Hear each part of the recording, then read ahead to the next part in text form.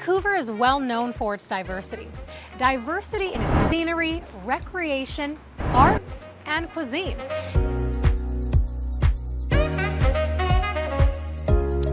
I'm Katrina Cotton, and welcome to Indie Corner BC, where we search out and showcase inspiring stories from seemingly average BC residents who have struck out on their own to create their own destiny and success.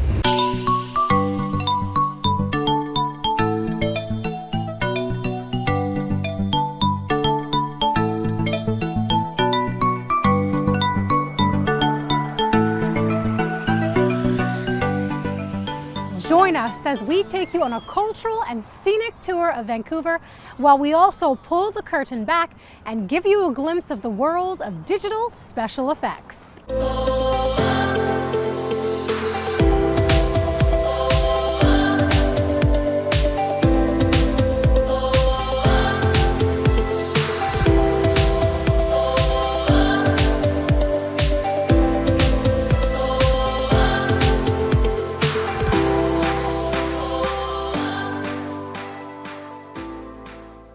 For decades, Vancouver has long been referred to as Hollywood North.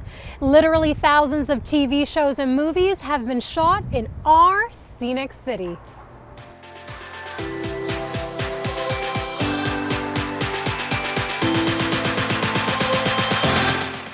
Add to that the easy and close access to some of the most diverse urban backdrops resembling cities like San Francisco, New York, and Seattle. And one more thing that makes Vancouver a hub for TV and film is the size of our visual effects industry, aka Vancouver's VFX pool, which is currently the largest in the world. And second only to Hollywood itself for filmmaking. I guess that must be a new addition to the script. Just one sample of Caleb's unique but fascinating talents.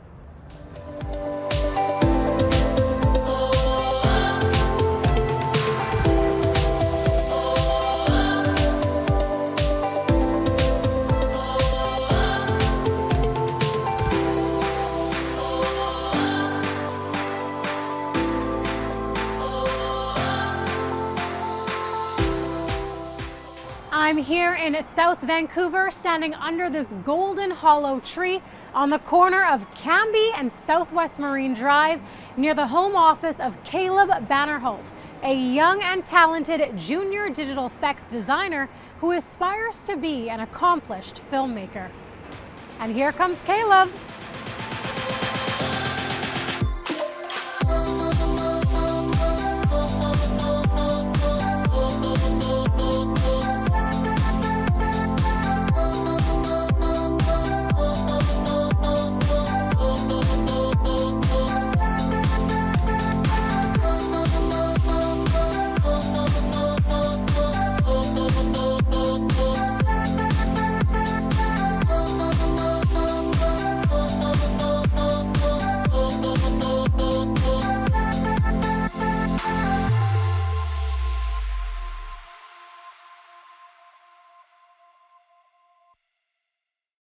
Obviously, even at first glance, it is easy to see that Caleb is a unique and talented individual. In addition to working on a budding film career and unicycle prowess, this VFX specialist identifies as gender diverse.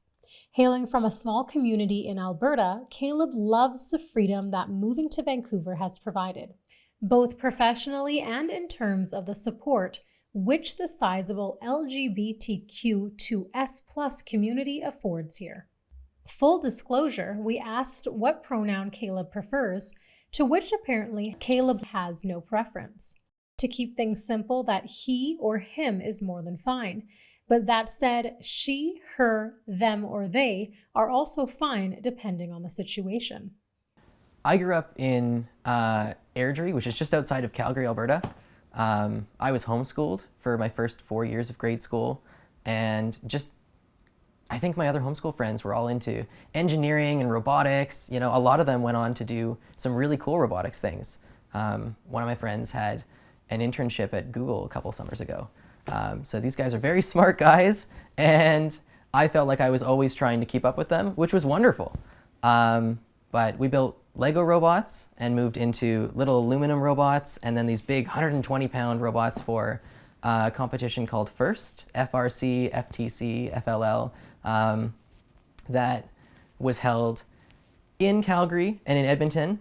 And eventually we went down to the States a couple times to compete on a world scale with teams from all around the world. It was super cool. I think that's what got me into like the technical side of things, building robots, not only physically with the metalworking and woodworking and all the Lego stuff that we were doing before that, but we also had to do something called CAD, which is computer-aided design. They use that in engineering. We had to 3D model our robot that we built for a high school competition, and that's what got me started on 3D modeling.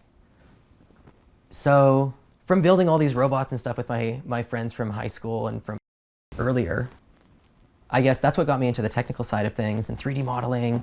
Throughout that, I learned how to video edit. I remember one day at about the age of 11 or 12, my parents took me to the Apple store, and they had a 1-week-long day camp at the Apple store called Apple Camp or something like that. And they were showing off the video editing software that they had on the Macs at the time. Every day, we got to play with the Macs in the stores and do some editing on whatever videos that we were able to take from phones or cameras and stuff at home. Some kids made stop-motion Lego films. I think I made my first unicycle video. That was on YouTube for a little while.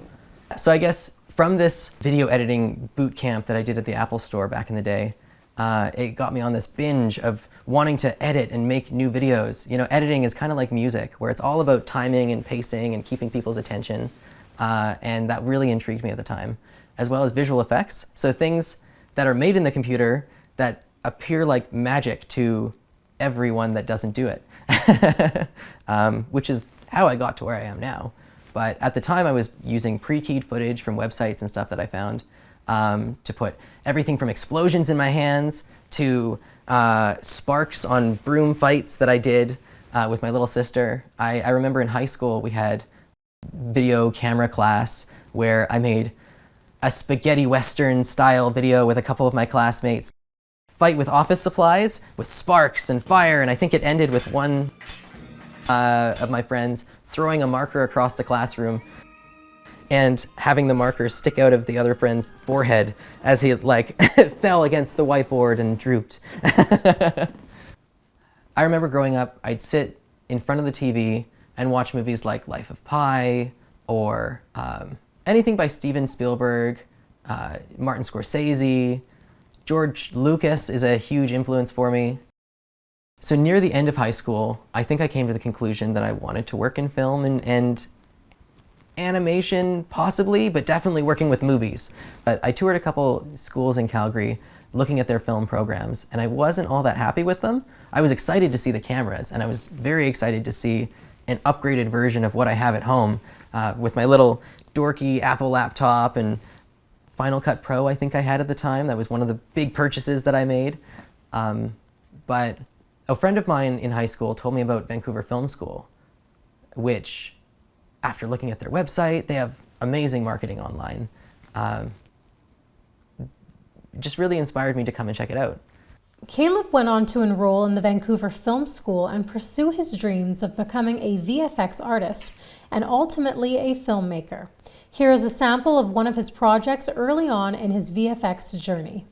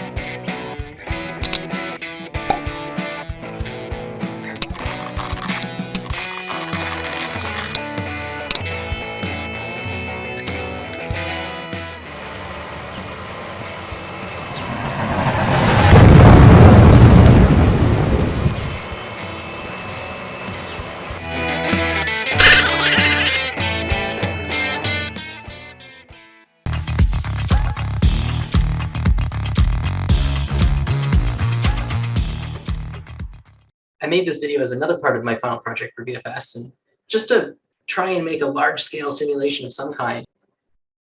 The way this simulation works is I start out by simulating a bunch of points, just moving in the turbulent motion that I wanted the tornado to, and then I copy a smoke simulation to it afterwards and add the dynamic, fluid ripples and smack after the fact. All these little particles that are floating around the tornado are leaves. You can't really tell because they're so small, but they're all 3D modeled leaves that I had as part of the simulation. A little bit of camera shake, a little bit of rain on the lens, and I think it sells the effect pretty well. When you're making a demo reel for visual effects, you always want to show some sort of reference, or it helps to show a reference. That's a real tornado. That's grabbed from a video that I found online. This video was part of my final project for VFS, where on top of making a tornado and whatever else I showed on my grad day, I also decided to make a short film of my own in the last 2 months of school. I think this is probably where my ADHD and neurodivergent tendencies showed a little bit more, but it taught me a lot about why I got into CG in the first place. I really like experimenting and playing around with things on my own, and I've always learned a little bit better when I can just be creative and, try and fail as opposed to a classroom setting. So this was definitely that for me. I don't know if I did it super well here, but at the time I was very proud of it. Another thing that I noticed is this brick texture that I put on the building is one that I made on my little laptop from home. This dirt looks really good. The pot, not so much. I'd probably add a couple more dings and scratches. It just doesn't look perfect yet. But a spotlight or some sort of light that shows the glistening grooves that you see in the wood here, the dirt and the grime and whatever this is on the pot, looks a little cartoony, but maybe it fits the style of everything else. I made the flower in Cinema 4D because I wanted to learn how to use a new piece of software that they didn't teach at the school on top of the ones that I was already learning. Cinema 4D is used a lot for motion graphics or commercials or those satisfying videos that you see on Instagram. But I wanted to learn how to make a blooming flower in that, and I found a tutorial, so I did it. My apartment at the time, which was on Hastings, and I just thought it'd be really cool to put a flower on my windowsill and write a contrast between the beauty of the flower and the idea of an apocalyptic window. I was pretty proud of this water at the time because it wasn't a real water simulation. It was just a height map that I'd used. So essentially what I did is I put a plane down, a flat surface, and made it really high quality. So it had a lot of squares breaking it up, even though it was a perfectly flat surface. And then I stuck a noise to it, which is just a black and white image that flickers or kind of morphs a little bit.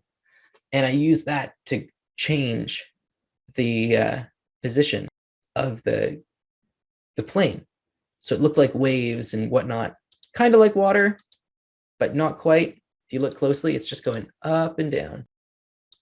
But my favorite shot in this whole thing was this flower petal falling down. I did a really stiff cloth simulation with this. So the petal doesn't actually really move or deform at all, and it doesn't look like it does.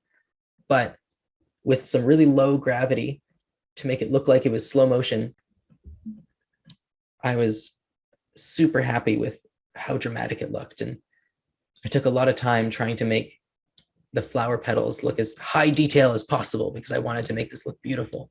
You can see a little bit of dewy drop that I put on the petal. I don't know if there's any more dewy drops anywhere else on the flower.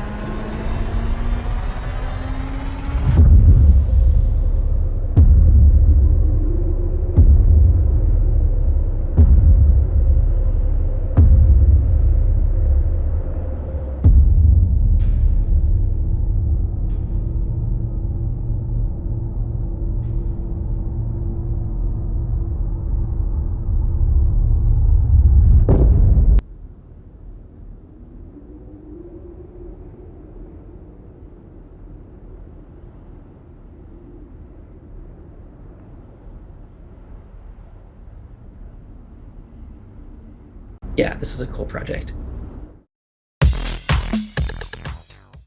When I first came to Vancouver, I came with a drive wanting to prove to my family that I could make it in the film industry, that it was a real thing, and that I don't have to move back to Alberta. And I guess one of the biggest things that I learned in my first year here is that there's a huge environment shift from Alberta to BC. It's a lot more inclusive in BC. In Alberta, my family was very conservative, and it was just, it gave me a free space to learn to express myself in ways that I didn't know I could before. It's part of the reason that I dress the way that I do now, is just because I can. I didn't feel able to dress this way growing up. So I'm making up for lost time. Some of my favorite conversations that I have with friends of mine here in Vancouver are the ones that live this unconventional, against the beaten path lifestyle. I have a friend from California who's spent, I can't remember how many years, collecting dead animals on the side of the road, turning their bones into jewelry, and going to farmers markets to pay her rent and all this other stuff. Now she works as a texturing artist on animated films in North Van, which is very different than one of my artist friends, Aaron, who's working with me on my movie. They came out as non-binary last year and have started taking steps towards that, which is super cool, and I've loved being able to support them through that. They're working as a lighting artist in children's television here. Their family is very accepting, more accepting than my family. Something that I wasn't able to think about growing up was masculine and feminine energies, and that you aren't just the binary person that you are born to be. You can be any gender that you want. And everybody has a mix of a masculine and feminine energy within them. And it's just finding whatever balance you feel you are. And it's been really inspiring talking to a plethora of artists in Vancouver that are all going through the same anxious experience of finding themselves, which we never really do. But yeah, no, that's one of the reasons that I started working on my film. Is it's a story about a young man who has his routine and his things that he does every day, and his routine is shaken up by this non-binary person who just shows up in his life, and the two of them have to go through this pandemic level event. So I hope that it's very telling of the times, entertaining, pushing the technology, and just self-reflective on the story that I live every day. The novel coronavirus has made its way to the United States with a confirmed case. There's currently no vaccine to provide The world economy has been rocked by the spread of protect disease. yourself and from coronavirus.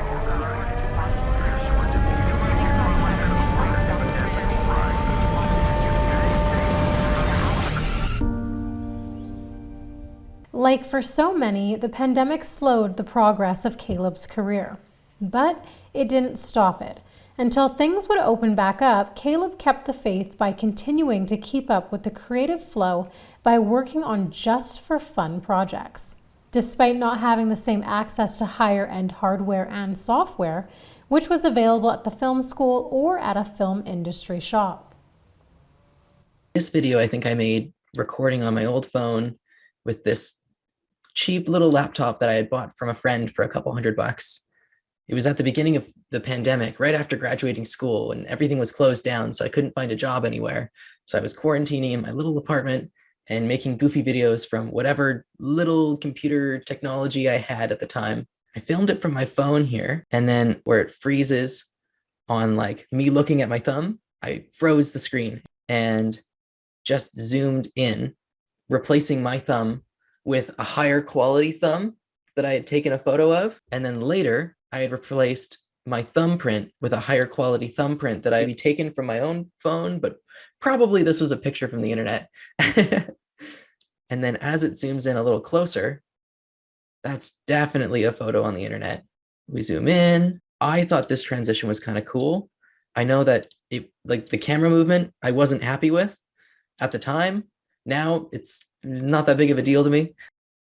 What I did there is I transitioned to a different thumbprint, which had already been lined up. So the camera movement was only because I couldn't figure out how to keep the camera stable while I was transitioning all the images together. But I took this image and I created a height map out of it. So I really crunched the lights and the darks so it looked like a black and white image. And then I threw that in a 3D software. So eventually it transitions to a 3D model in here. And then it zooms way into pink, which is an easy, kind of lazy transition.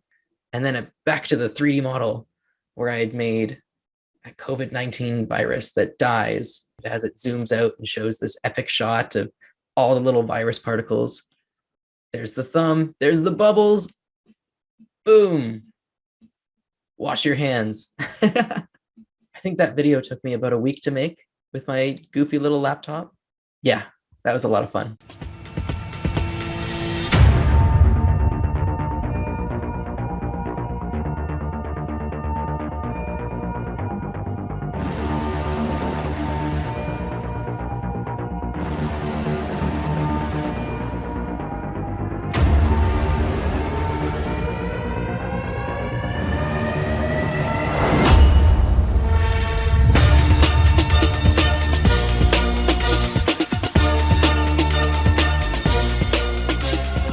For all of our fans who happen to be effects nerds, like our producers, we asked Caleb to give us a digital effects lesson on how he managed to create the explosion in the high-rise apartment earlier in the episode. All right, so here's the explosion that I made for the documentary. So here's the footage of the building that they gave me, hoping that I would be able to make a convincing explosion out of it. And the first thing that I did is I brought it into my 3D software because I thought I could simulate a 3D cool looking effect that would match what we were looking for. So the first thing I did once I brought it into the 3D software is I went online and I found a 3D modeled building that I thought kind of lined up or matched the one that was in the footage. This one right here.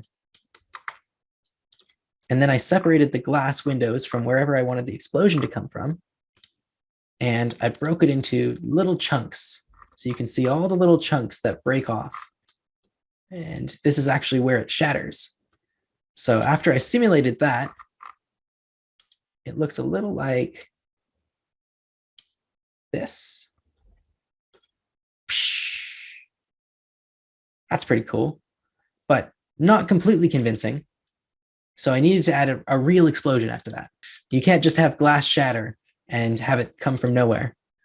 So here's the explosion that I simulated.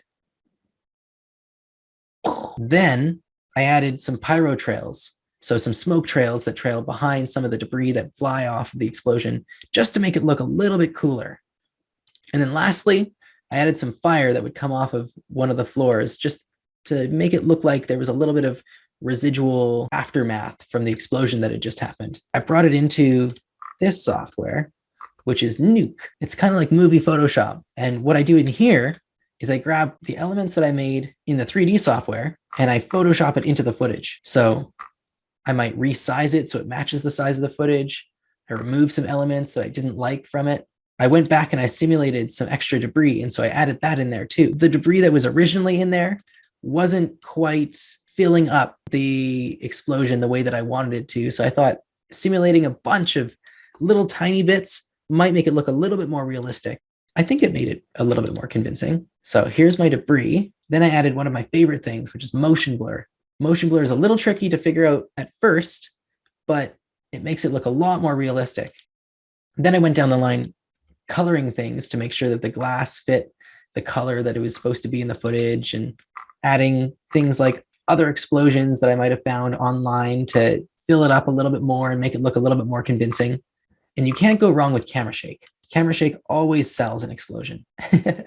But I think one of the things that actually sells this explosion a lot more than you would think is the reflections.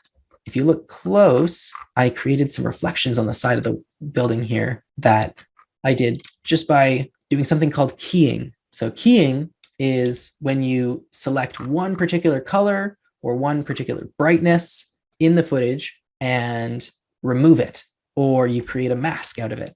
So here's the mask that I created from the blue of the windows.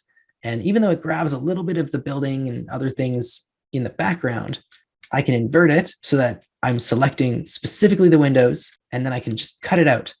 So now I've got just the windows from the building that's in the footage. And this right here is just about all I need, maybe after a little bit of blurring, to throw the explosion over top of it. So here's that same shot with just the reflections. Now looking at it after the fact, with camera shake and reflections and everything, I think you can appreciate it a little bit more. There's always something that I would change about the things that I make. Well, I can list off a myriad of things that I would change about this effect. I hope that showing a little bit of what goes behind the curtain can help you appreciate a little bit more of what goes into the movie magic that you see. And I don't want to reveal too much of what's behind the curtain, because that takes a little bit of the magic away. So that's how I made that explosion. Lucky being able to work on projects for Disney or Netflix or anything in my industry while still being able to pursue my bigger dreams or goals of creating things that are my own. I get to work on movies while making my own movies. There's no better dream than that. In writing, they talk about the hero's journey and the virgin's promise. So the hero's journey is how the hero, the main character, overcomes all the hurdles to get to where they want to be. And the virgin's promise is where the character goes through all the trials to find something new about themselves. And I think every story has a hero's journey and a virgin's promise built within it. So be yourself and find who you are and who you want to be and keep pursuing that. But also think about where you want to be, what you want to do, and all the hurdles that you have to jump over to get there. And just do it. Follow your dreams. Be the hero in your hero's journey.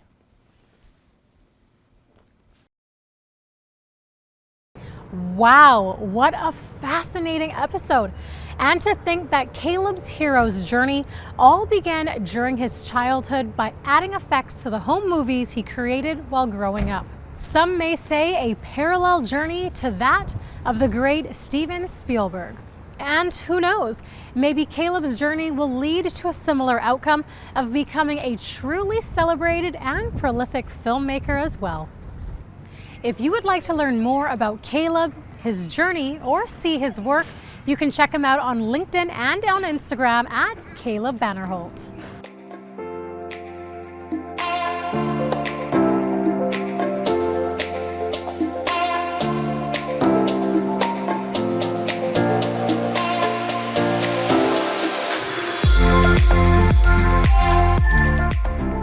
Once again, we hope you enjoyed another episode of Indie Corner BC and a glimpse of the behind-the-scenes magic of our celebrated Hollywood North.